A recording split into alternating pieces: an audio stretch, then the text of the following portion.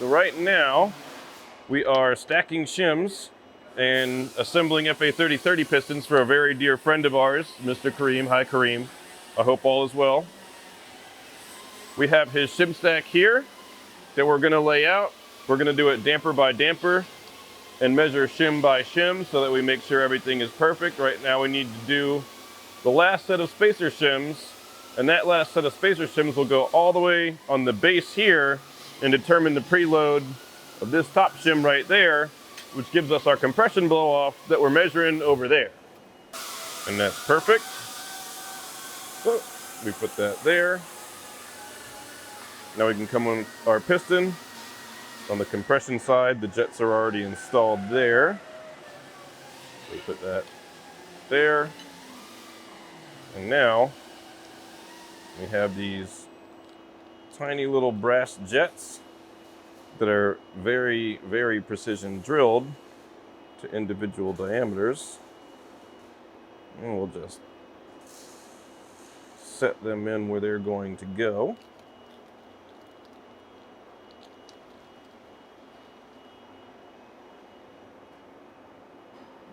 And if you're looking for tooling for this kind of stuff, we can send you it, or you can go to your local hardware store and get an eyeglass repair kit because it has just the right size, tiny little screwdriver.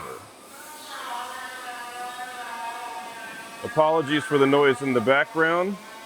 The boys are doing a little bit of light body modification on one of our 964s. We got to get going on that because it's time to paint it if we want to have the car finished when it's nice outside.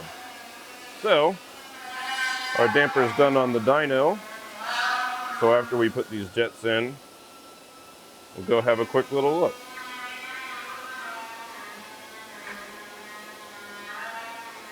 And for those of you that are going to be valving these, they're very tiny little brass parts, so you don't need very much force to hold them in. So now, we're going to do the rebound side, which is a linear valving with a little bit of digression. So what we want to do is first get some base shims on top of these ports. And unlike the compression side, we're actually going to cover up these ports straight away so we get our 30 by 20. You always want to make sure we measure as we go, just in case the wrong shim made it in, and you want to make sure they're clean. So if they're not, you end up stuck on the dyno all day figuring out what you did wrong. So we have that. Then we need a 18 by 20. And this 18 by 20, the thickness of this determines how much the next shim, which is our 3230. So these shims cover up these base holes, which are these. So when the oil comes out, they have to bend it to open up. Then we put this shim on top, and it sits on this little intermediate lip, which is that. So we control the distance by stacking shims up to change how much spring preload we put onto that. Now, we're at the home stretch. We simply stack up our spacer shims. We need about 2 millimeters at a 18 millimeter diameter. And you want to have a pretty even total stack height, A, to locate everything properly, and B, because our little rebound check valve goes here. So, as you can see on a naked shaft,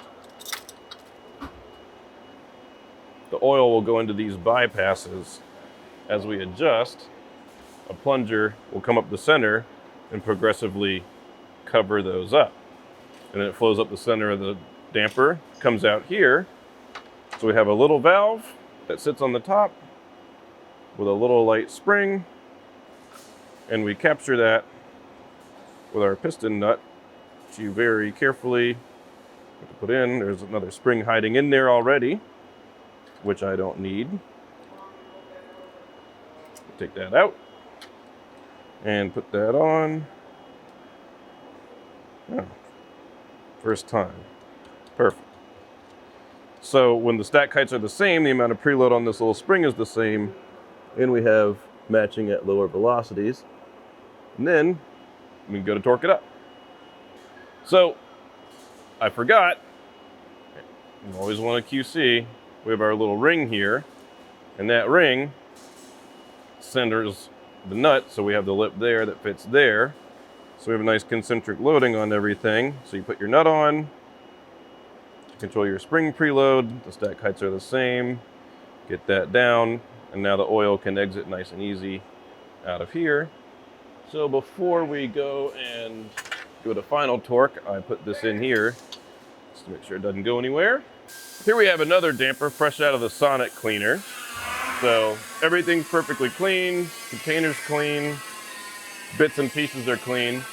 We're going to start getting new seals and such fitted on, and we'll assemble this reservoir. Got all of our factory tools and parts. So we have this quad ring, and this is what seals the oil from mixing with the gas. Like that. This is our Teflon band, and this keeps the divider piston riding around in the bore nice and smooth without too much friction. We use our little piston tool. A little bit of lubrication.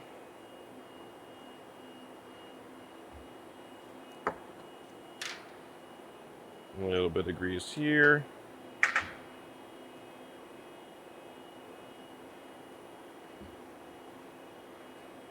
Oh. I see a little piece of dirt on my fingers, which we want to avoid at all costs. Dirty dampers are unhappy dampers.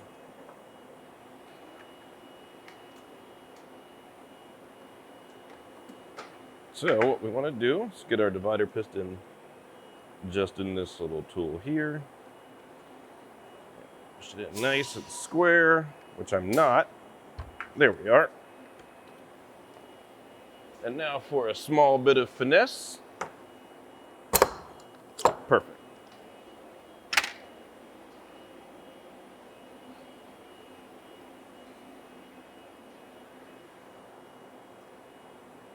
Fill this with some fluid.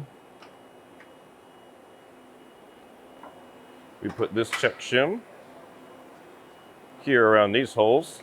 This is what allows the oil to come out from the reservoir back to the main damper body. This spring keeps it preloaded and sealed. And here is our main compression valve assembly. This little valve is pressed against the bottom of that seat.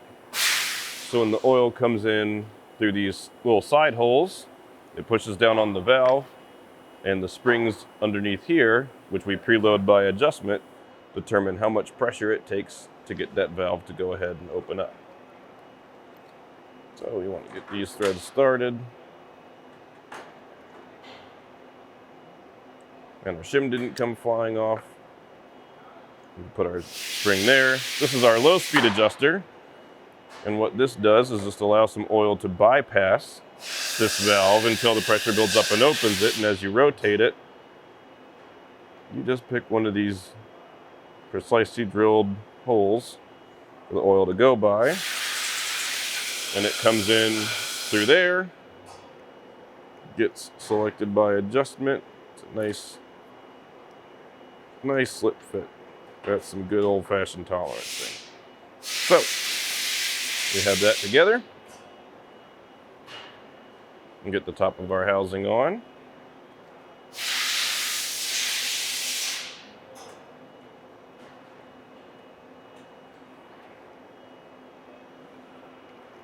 Get our fasteners and their seals in.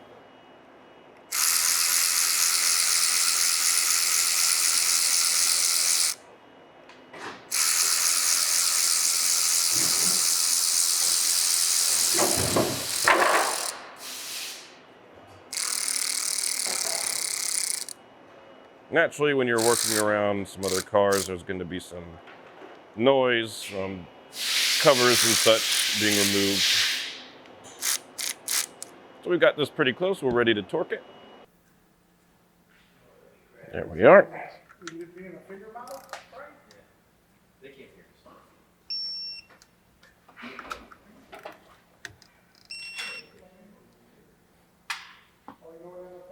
Perfect.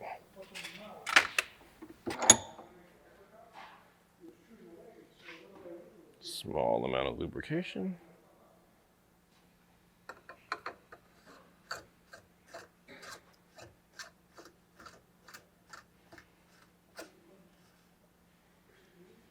it started. These are a brand new tool from JRZ, much nicer than the original. Goes all the way onto the seat, good cinch.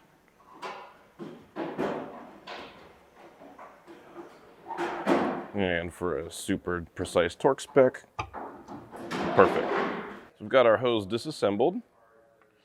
We use our little swivel studs here. O-rings are off, everything is clean. Put new ones on.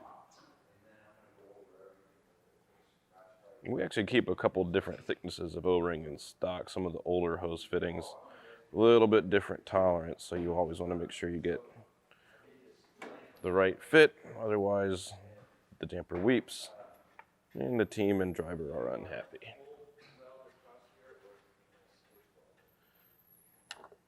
Hose is already cleaned out. So you just come in, you're fitting there. Nice snug fit, but not too tight.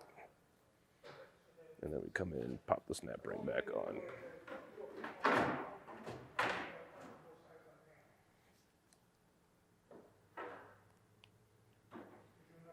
Make sure that's cinched all the way.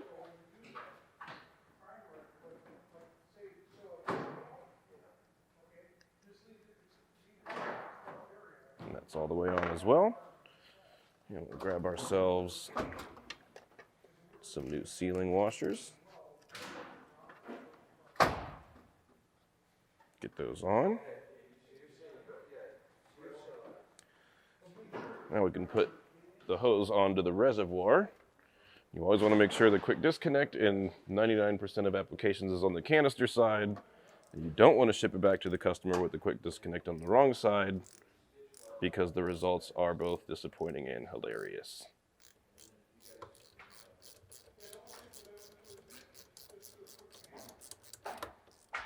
And here you don't need a ton of torque, just nice and snug. We're good there.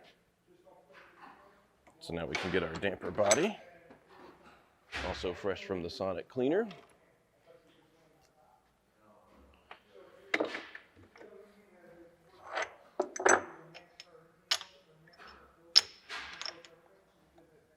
I kind of like to get my hose fitting facing out this way for ease of access.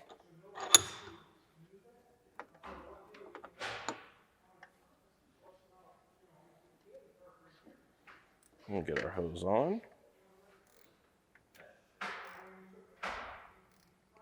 Sometimes it can be a little touchy getting the thread started, so you want to be pretty careful with this step. It also helps when you're ratcheting the correct direction.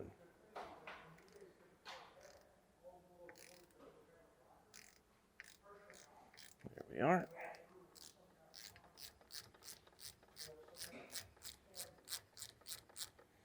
And again, not tons of torque, just a cinch.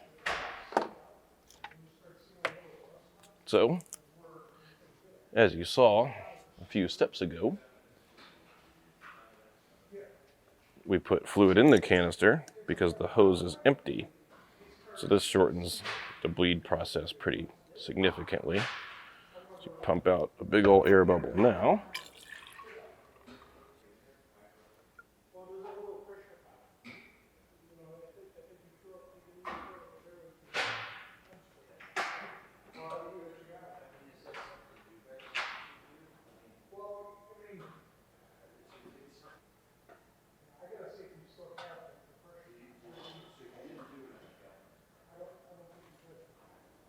I like to get a good feeling for if there's any bubbles or if we have too much preload in the reservoir. So there you saw a big old bunch.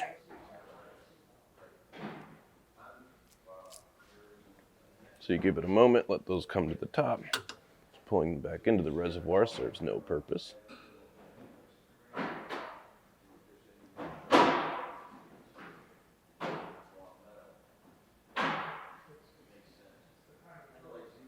Probably have a bit of more preload than I want in this, so we can reduce it.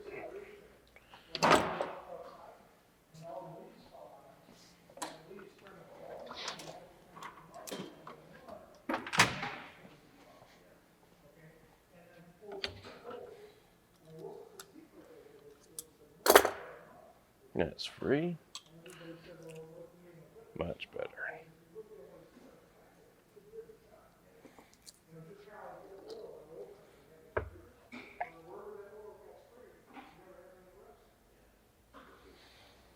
A couple bubbles we want to let settle, but fortunately we have these bubbles have already settled. So go ahead.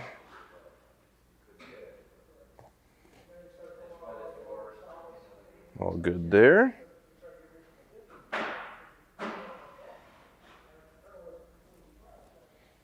So we'll top off the fluid just a touch. We'll make a little bit of a mess, which I'm very good at.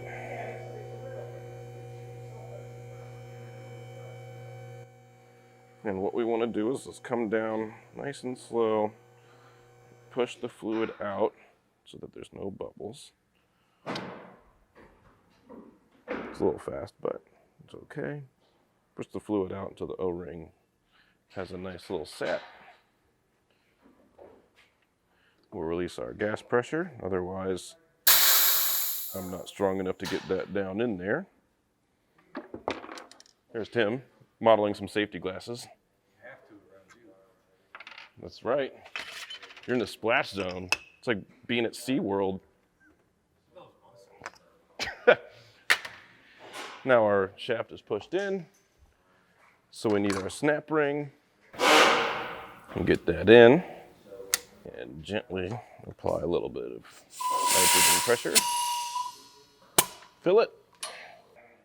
We have everything ready. Put our installation tool on, our dust cap with the dust seal, nice and smooth, goes on, and you can kind of get this started by hand.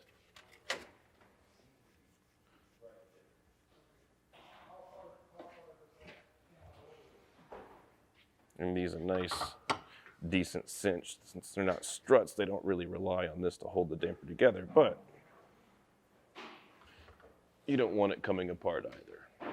So this one's just about ready for the dyno. We'll get it on there, make sure the valving is good.